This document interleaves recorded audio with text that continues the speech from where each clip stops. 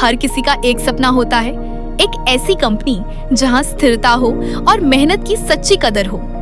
विजय ससाने आज मेटलमैन auto limited के maintenance head हैं, लेकिन उनका सफर एक डाउन लेवल भूमिका से शुरू हुआ, सीखते हुए, समझते हुए, हर मशीन के साथ आगे बढ़ते हुए।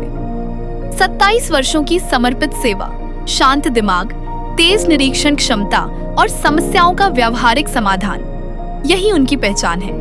उनका फोकस केवल रिपेयर नहीं बल्कि प्रिवेंशन पर है, ताकि प्रोडक्शन हमेशा सुचारू रहे।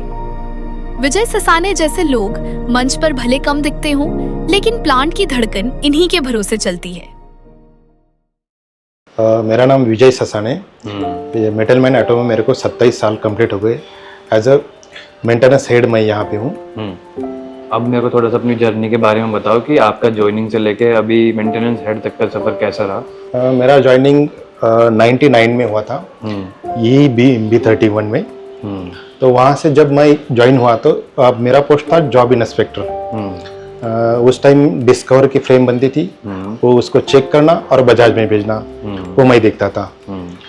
तो उसमें बहुत सारी गलतियाँ होती थी। शुरू में फैब्रिकेशन क्या है वो पता नहीं था, और वेडिंग सेक्टर में फर्स्ट टाइम मैं आया था, तो बहुत सारी दिक्कतें आती थी। और मेरा एक फ्रेंड था, उसकी वजह से मेटलमैन एक कंपनी है बोल के बोला था, वहाँ पे अभी घर पे बैठा है तो चल वहाँ पे काम करें।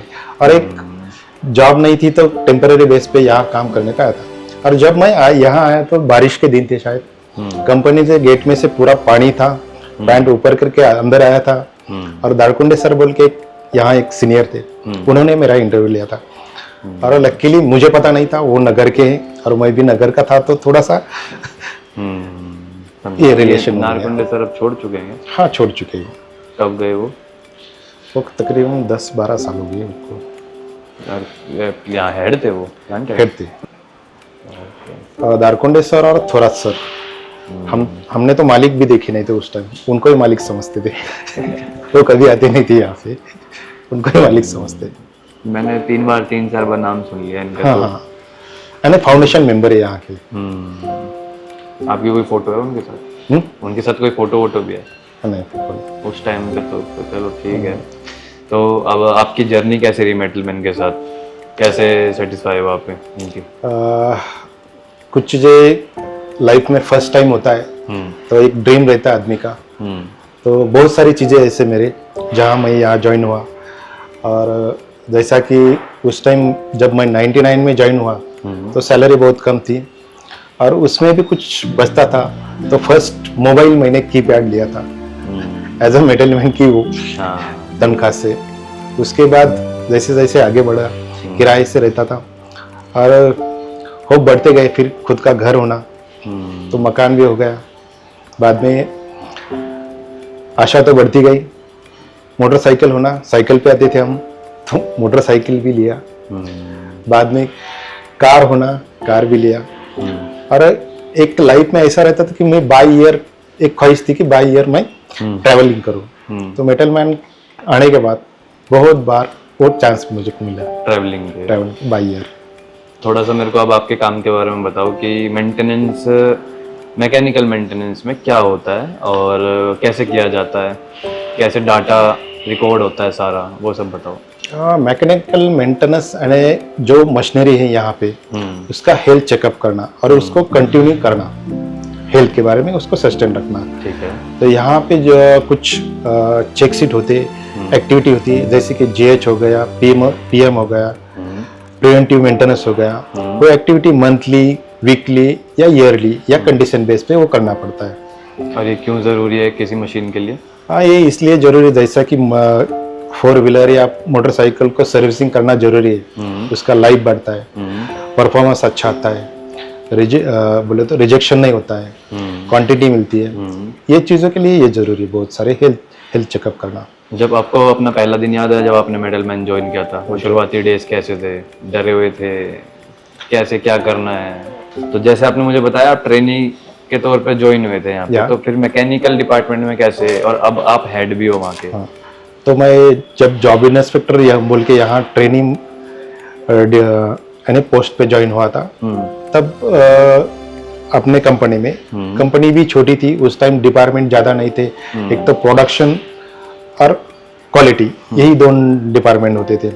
तो मैं क्वालिटी में था, तो जब कुछ प्रॉब्लम आते थे कस्टमर एंड पे, तो वो फेस करना पड़ता था बजाज से या कस्टमर से, तो थोड़ा सा वो इंटरेक्शन बढ़ गया।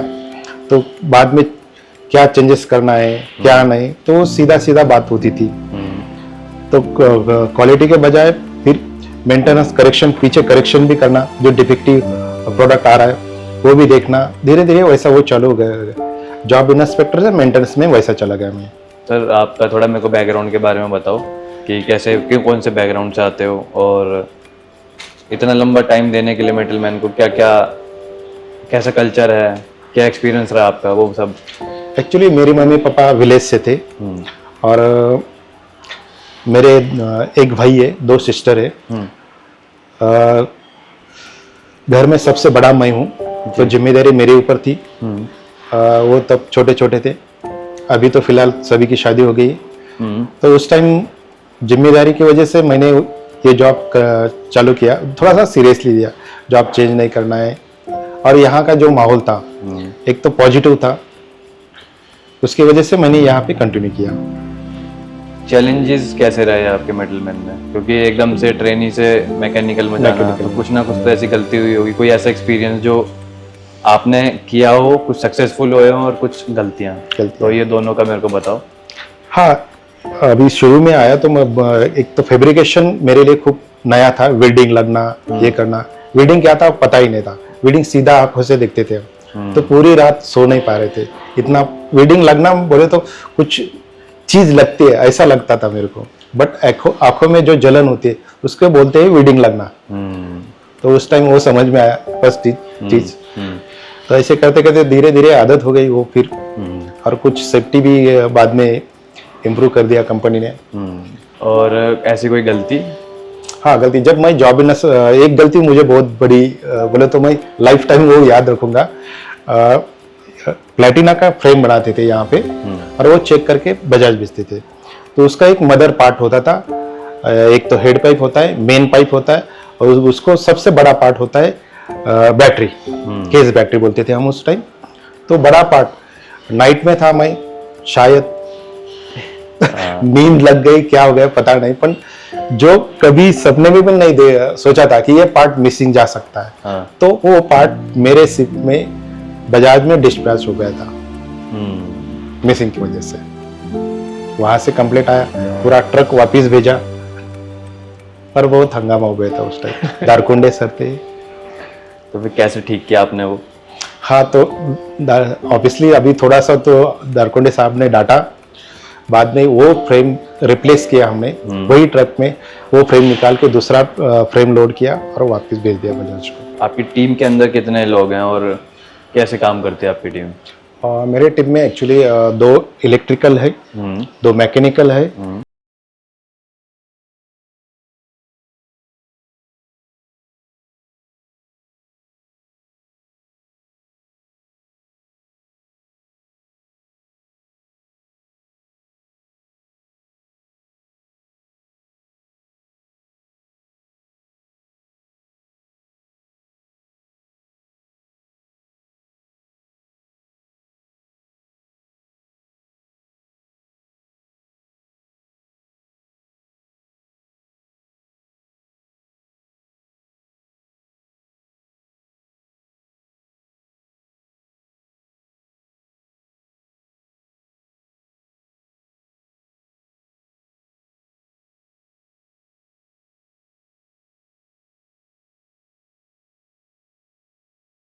चेंज ओवर करना रहा तो बहुत सारे ब्लॉकेज वगैरह वो चेंज करने पड़ते। और वो गलती से एक आधा ब्लॉक नहीं चेंज हो गया या डायमेंशन उसका फायर हो गया, तो कस्टमर कंप्लेंट भी आ सकती है, प्रोडक्शन लॉस भी हो सकता है उसमें। अभी वो ब्रेकडाउन, क्वालिटी और डिलीवरी टाइम पे करने के लिए हमने बहुत सारे इंटरलॉक किए मशीन पे। जैसे आपने देखा होगा कि बहुत सारे गेजेस है, अगर उसमें 100% क्वालिफाई नहीं होता तो नेक्स्ट साइकिल पड़ता ही नहीं, नेक्स्ट ऑपरेशन होता ही नहीं। ऐसे कुछ बहुत सारे इंटरलॉक है, अगर आदमी ने चाहा तो भी गलती नहीं कर सकता। और डेली का डिस्प्ले किया है वहाँ पे, कौन से पोकायुकी किए, वो लाइव है कि नहीं, वो भी डेली बेसिस पे चेक होता है। कोई ऐसा इंसिडेंट सर आपका जो पर्सनल लाइफ में आप शेयर करना चाहो कि आपका स्ट्रगल कैसा रहा है उस टाइम पे? जब कॉलेज के दिनों में जब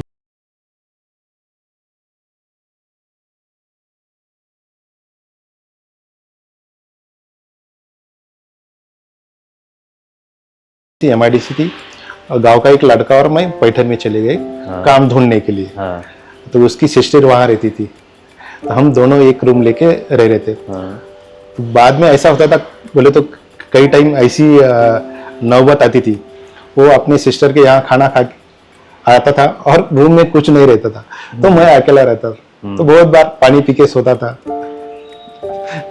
और एक टाइम तो ऐसा हो गया था कि अनाज पूरा खत्म हो गया था, और मेरा गांव पैठन से कम 30-35 किलोमीटर था। वहां से ड्यूटी तक चला गया, एक ऑपरेटर की साइकिल लिए और वहां से अनाज लाने गया था। तो ये कर रखा है उन्होंने काम। हाँ, और जस्ट वो भी एक याद है मुझे, वो टाइम वो भूख लगी थी जोर से, गैस था रूम पे और बाकी कुछ नहीं था, एक आलू था, वो गरम करके खाया था। तो ये रीजन क्या था, मतलब बाहर क्यों रहे आप, घर से बाहर क्यों रहे? सबसे बड़ा मैं था और कुछ जिम्मेदारी भी थी, और मम्मी पापा खेती में काम करते थे दूसरे के यहाँ। तो आप जल्दी बाहर निकल गए? हाँ, जल्दी बाहर निकल गया। तो ये कॉलेज टाइम की बात बता रहे हो या फिर आप सिर्फ काम ही ढूंढने निकल चुके हो? नहीं, कॉलेज को ITI के बाद।